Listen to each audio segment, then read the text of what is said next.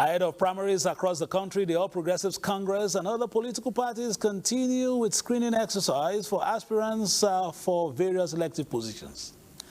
There's no crack on the walls, PDP maintains, says no faction recognized by law outside the Abdurrahman Mohammed-led National Working Committee. Our discussion segment will focus on the Africa-France forum in Nairobi, Kenya, where Nigeria is attending with a full delegation and looking at the low-hanging fruits for Africa and for Africa's giant. We have this and other political stories making the headlines on Political Update. I'm Fisaya Ogunfuyi. Welcome.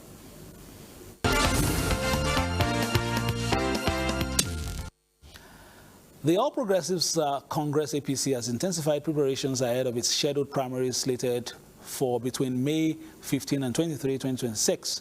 This comes as the party continues screening of aspirants seeking to contest various elective positions ahead of the 2027 general elections.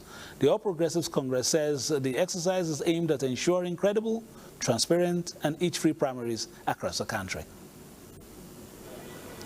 Political activity within the All Progressives Congress is gathering pace as the party moves into the second day of screening aspirants seeking governorship, National Assembly and State Assembly tickets ahead of the 2027 general elections.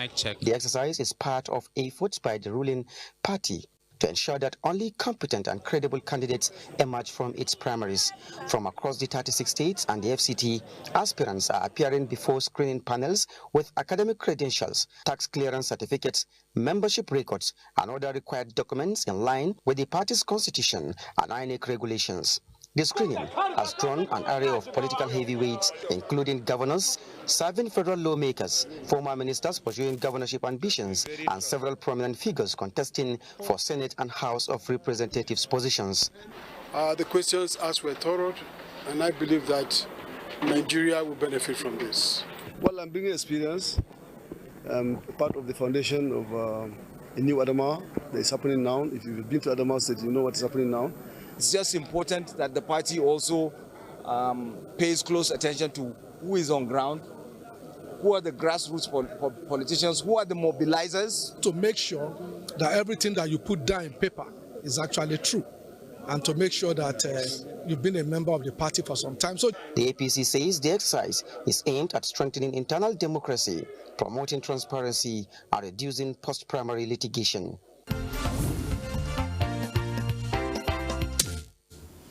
And the maiden national convention of the Nigerian Democratic Congress, which happened over the weekend, has zoned its 2027 presidential ticket to the south. The convention also ratified Senator Cleopas Moses led pro tem leadership as the new national working committee of the party. Ratification of the Senator Cleopas Moses-led leadership as new National Working Committee of the Nigeria Democratic Congress, NDC. NDC is a newly registered political party recognized by INEC in February 2026 following a Lokoja High Court judgment. This is the maiden national convention of the party as it zoned its presidential ticket for the 2027 presidential election to the south. Let me reaffirm that our struggle has always been bigger than politics. It is about restoring the hope to Nigerians. It is about deepening democracy. Radical Congress Peter Obi and all of you, and many more still to come. You can be sure that the political landscape of Nigeria will not be the same again. Leaders of the party, in their separate remarks, believe that their built alliance is towards taking politics to the people. The convention reiterated that NDC is free from all forms of litigation, urging members not to panic.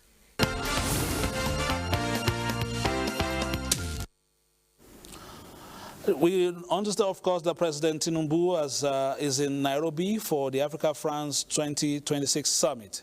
The president, who departed Nigeria for France on Sunday, May the 3rd, landed in the Kenya capital about 12:15 on Monday. President Tinubu will join 29 other heads of state and government scheduled to attend the first edition of the summit, holding in an English-speaking country in Africa. Co-chaired by President Emmanuel Macron, and President William Ruto. The summit focuses on energy transition, green industrialization, digital transformation, restructuring of global financing, architecture, and climate action. The summit, with the theme Africa Forward, Africa-France Partnership for Innovation and Growth, will provide a high-level platform for African leaders and their French counterparts to deliberate on critical issues affecting the continent, including economic transformation, climate resilience, infrastructure development, youth empowerment, technological advancement, and peace-building initiatives. President Tinubu's participation at the summit is expected to underscore Nigeria's unwavering commitment to strengthening strategic partnerships with African nations and the French Republic. All right, joining us now is our State House correspondent Musba Danwahab from Nairobi, Kenya. Musba, how is the weather over there? It's been a while that I've seen you, but tell us a little bit about Kenya before we delve into the forum. Well, it's calm and cool in Kenya, Nairobi, Kenya. The weather is very clement, pleasant for this type of event. And I understand that this is how it is almost around the year. And it's somehow like an European weather, good for the occasion, international state like this. All right, it's like you said in some of your advance reports, you spoke about the fact that it's strategic. This is the first time the summit is holding in an English-speaking African nation, that is Kenya. What are the African countries, in terms of some of the things they're talking about, the low-hanging fruits of this summit, in terms of the relationship they want with France and the low-hanging fruits of the forum, of the summit, I beg your pardon? Well, basically, what is happening now is that African countries are trying to make a statement to the world.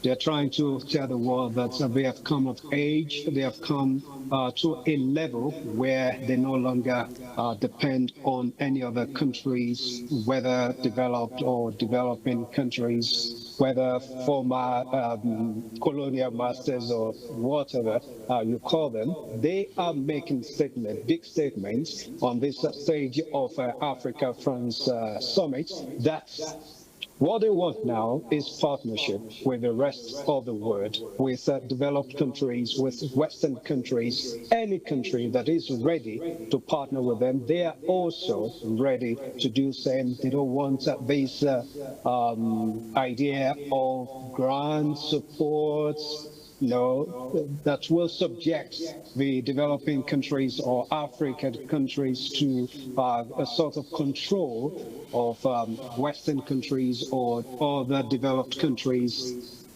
Partnership is the key word here, and what you're saying through President William Ruto of Kenya, is that we have ideas, we have resources, we have the climate for investments on the continent. If you want to partner with us, we are welcoming you, we are receiving you with both hands, and we are ready to partner with you. But the time for come and take, go and work and bring back whatever, whether it's in form of grants or loan, they don't want that anymore. What they're saying is, we don't want to depend on any country anymore. We have what it takes in form of resources, in forms of the environment, the investment opportunities for any country and investors that is ready for business. And coincidentally, this is an idea of President Bola Tinubu. I'm sure you know, you've been following its movement around the world. He has been going from country to country to say Nigeria is ready for business. Nigeria is creating the enabling environment for investments. We want partnership, we want cooperation, collaboration, and that is exactly what is playing out here. I see African Union or African countries are trying to take this from President Bola Tinubu to make sure that Africa gets its full independence of any control or any control sort of. All right, but so a lot of people will say the giant of Africa being Nigeria, we have the largest market. Perhaps there will be, on the sidelines, meetings with, key heads of different sectors as far as France is concerned. What is Nigeria bringing to the table, and what is France bringing to the table that Nigeria could see as some areas where their partnership could blossom?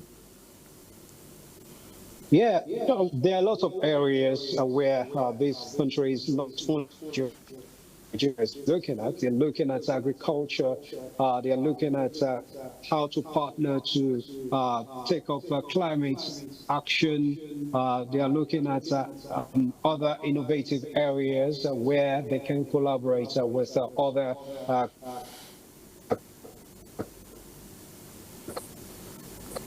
from Nigeria, who are also making statements on this stage, talking about the likes of Aliko, Alhaji Abdul Samad, Rabiu. They are all part of this. They earlier met with their counterpart from France, and they are championing this cause that we have a lot of areas that we want to collaborate, and we are ready for business. All right, Musbah Wahab joining us all the way from Nairobi, Kenya. We'll be hoping that you give us more updates in our subsequent bulletins, and perhaps you'll be giving us the numbers in terms of some of the deals you expect to be signed and some of the agreements or collaborations that we'll see with African countries partnering with France. Thank you so much, Musbah Wahab, joining us all the way from Nairobi, Kenya. All right, thank you. But just to add what you just mentioned about to be signed, other countries, independent countries, individual countries are signing deals on the. Nigeria just met with the president of Madagascar, and we are still expecting some other events that President Bola Tinubu will address. He took part at a plenary of peace and security event on the sideline, and the Kenyan government has also taken the lead by signing some deals with about 10 of them just on the first day of the event. The event is winding down as we speak. Thank you, sir. Thank you so much, Musbah Wahab. We will continue to check your page for updates. All right, moving on now. 1.4 million National Youth Service Corps members will be deployed for the 2027 general election. The chairman of the Independent National Electoral Commission, Professor Joash Amokwiton, made this known when he paid a courtesy visit to the Director General of the National Youth Service Corps, Brigadier General Olakunle Nafiu, in Abuja for the Ekiti and Osun governorship elections and the by-elections in Nasarawa, Enugu, Rivers, Ondo, Kebbi, and Kano states. About 53,000 corps members will be engaged as the elections approach. The INEC chairman promised adequate welfare and proper training for the NYSC members. The NYSC DG commended the partnership between the two agencies and promised to ensure corps members remain apolitical during elections. Nigeria's democracy is work in progress. This is part of an Election Observer Group Kimpact Development Initiatives report on the state of Nigeria's democracy. Let's take a listen.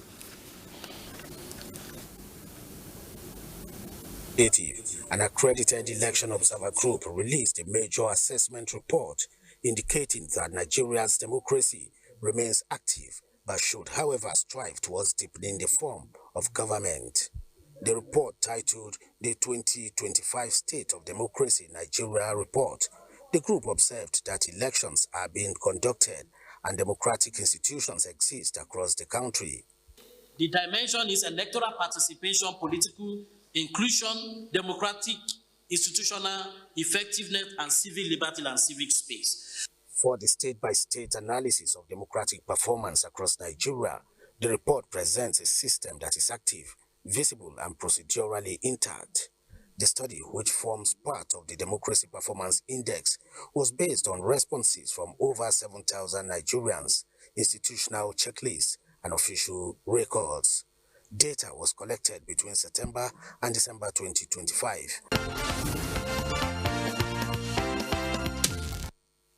Let's go to PDP. Bauchi and the People's Democratic Party in Bauchi State is intact and devoid of faction, as the party's National Working Committee maintains that there is no rival faction recognized by law outside the Abdurrahman Mohammed-led National Working Committee. A governorship aspirant on the platform of the People's Democratic Party in Bauchi State, Usman Adamu, who was at the national headquarters of the party in Abuja, dismissed concerns over the influence of Governor Bala Mohammed ahead of the 2027 governorship election. That PDP is having problems, that there are court the issues. What I always say as a layman, I'm not a lawyer by profession, but what I believe is if you are contesting under a platform, what you just need as a layman, you just go to the INEC website. Who is the official leader of a party recognized by INEC? And I believe everybody has checked. The party is being led by Honorable Abdurrahman Mohammed Takushara. Same individuals who disobeyed valid court orders to conduct the illegal Ibadan Convention have continued in their pattern of lawlessness by assembling again, even after the Supreme Court has spoken. Moving on now, the renewed hope administration of President Bola Tinubu says ongoing reforms are steadily positioning Nigeria as a resilient economy and emerging destination for global investment opportunities. This formed the focus of the interactive session between Progressive Governors Forum and Renewed Hope ambassadors with members of the diplomatic community aimed at deepening partnerships in investment, security, and governance. It was a gathering driven by a shared vision of prosperity, bringing together governors, ministers, presidential advisors, and members of the diplomatic community to highlight key strides recorded under the Renewed Hope administration. Director General of the Renewed Hope Ambassadors and Governor of Imo State, Hope Uzodinma, outlined ongoing reforms in the economy, infrastructure, energy development, ease of doing business, and security at both national and subnational levels, while calling for stronger partnerships that create jobs and drive technology transfer. He noted that the Renewed Hope agenda is expanding non-oil exports and attracting green investments aimed at strengthening Nigeria's economic future. The Renewed Hope agenda is not a campaign slogan. It is a coherent policy framework anchored in the foundational reforms and extending into infrastructure, social investment, security cooperation, and institutional repair. Nigeria remains steadfast in advancing democratic governance, deepening economic reforms. Mr. President, as an ardent believer in our federalism, I've continuously engaged with state governors either bilaterally or through the National Economic Council. The more we talk to one another, the more we understand one another. And that is the essence of this gathering. From America, Africa, Europe, and Asia, members of the diplomatic corps described Nigeria's growing economic trajectory as progressive and impressive. And we see Nigeria a country of opportunity. Today, if we have a second chance, it's because of Nigeria. And I want to appreciate that. The interactive session also spotlighted people-centered initiatives in education, healthcare, the economy, and climate resilience, while stressing the need for stronger technical cooperation and diaspora engagement to scale the programs.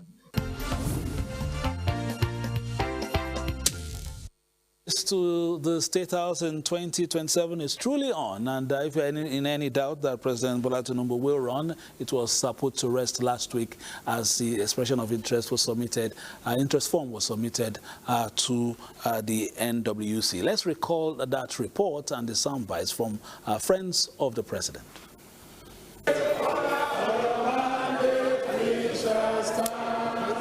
It was a gathering of the Progressives family and the Renewed Hope ambassadors in Abuja to witness this historic event, which is part of the requirements to contest the 2027 general election. Here, Vice President Kashim Shettima, on behalf of President Bola Tinubu, fulfilling one of the requirements for the president's second-term bid.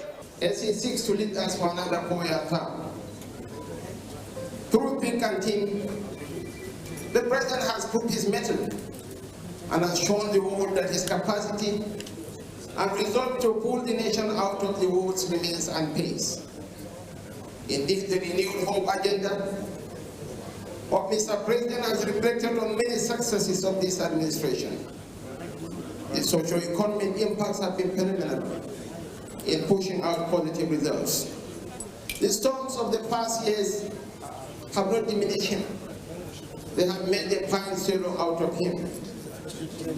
He has set this ship through waters with courage, taking difficult but necessary decisions to stabilize the economy, restore confidence, and prepare Nigeria for a more sustainable future.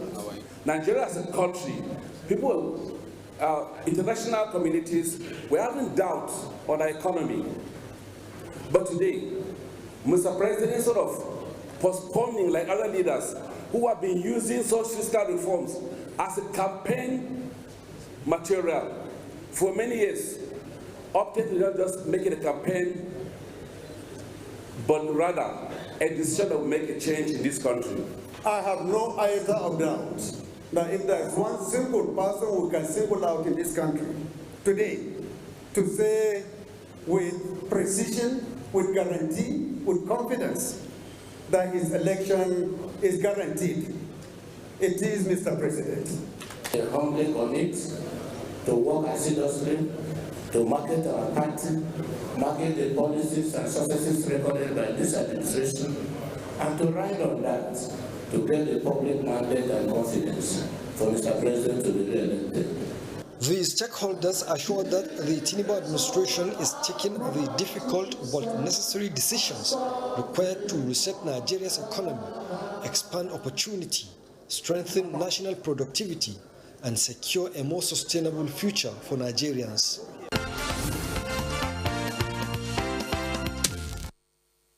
All right, it's getting more interesting as far as the 2027 general elections is concerned, and of course the off-season elections in Ekiti and Osun states. Trust the Nigerian Television Authority to give you every information and updates from all the political parties as we get them. That has been the program for today. We'll be back again on Friday for a fresher package. Between now and then, do play your politics for the greater good and keep it locked on the Nigerian Television Authority, Africa's largest and finest, for news, reviews, previews, and interviews. Bye-bye.